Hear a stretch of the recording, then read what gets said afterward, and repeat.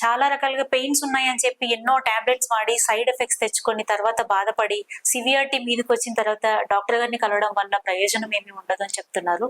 So ముందుగానే basics లోనే ఏదైతే సమస్య ఉంది అంటే తప్పకుండా ఇక్కడ వచ్చి టైమ్ న్యూరోకేర్ లో డాక్టర్ గారిని సంప్రదించండి, ఖచ్చితంగా ఉపశమనం అయితే దొరుకుతుంది. సార్ అలాగే కరోనా తర్వాత చాలా మంది అనేక రకాల సమస్యలతో బయటకు వస్తున్నారు.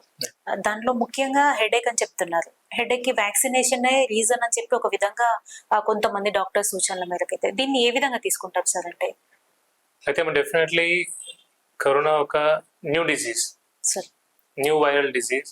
సో అది ముందు లేదు, ఇప్పుడే మనం ఎంటైర్ హ్యూమానిటీ మానవ జాతి మొత్తం ఫస్ట్ టైం ఫేస్ చేసిన పాండమిక్ అది.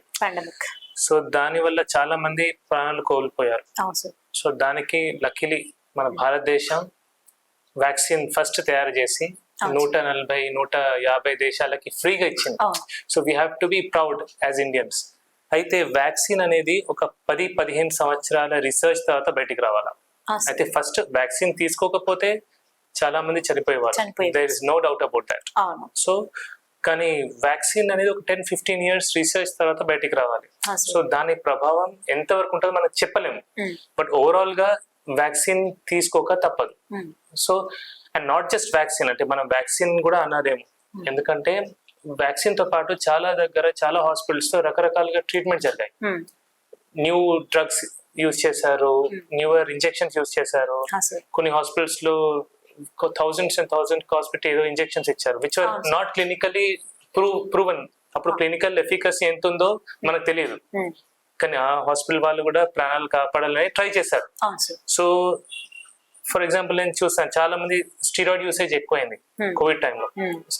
నేను కోవిడ్ తర్వాత చాలా మంది డయాబెటిక్స్ చూసాను, హైపర్టెన్షన్ చూసాను. సో మనం దాన్ని వ్యాక్సిన్ వల్లనే అయింది అని చెప్పలేము, బట్ డెఫినెట్లీ వ్యాక్సిన్ కొంచెం టైం తీసుకుంటుంది. బట్ ఆ టైంలో టైం లేదు కాబట్టి still we came out with this vaccine. అది ఖచ్చితంగా పనిచేసింది మన వ్యాక్సిన్. ఇన్ఫాక్ట్ ఫారిన్ కంట్రీస్ లో అయితే వ్యాక్సిన్ ఇచ్చారో, ఫర్ ఎగ్జాంపుల్ ఒక పెద్ద కంపెనీ ఉంది, అమెరికన్ కంపెనీ, దాని మీద పెద్ద లా సూట్ కూడా ఫైల్ అయింది. ఆ మెడిసినే కాదు, అది వట్టి నీళ్లు అని పెద్ద లా సూట్ కూడా అయింది యుఎస్ లో. So I'm not going to take the name out of that company పేరు తీసుకోను, కానీ పెద్ద లా సూట్స్ అయినాయి. చాలా కంపెనీస్ ఇట్లా ఇచ్చాయి. But Indian company, Indian made అయితే వ్యాక్సిన్స్ ఉన్నాయో అవి డెఫినెట్లీ పనిచేసాయి. వాటి వల్ల కొందరికి కొంచెం ఎఫెక్ట్స్ అయి ఉండొచ్చు. నేను చాలా మంది కొలెస్ట్రాల్ చూస్తున్నాను, యంగ్ పేషెంట్స్ లో కొలెస్ట్రాల్ పెరుగుతుంది కోవిడ్ తర్వాత.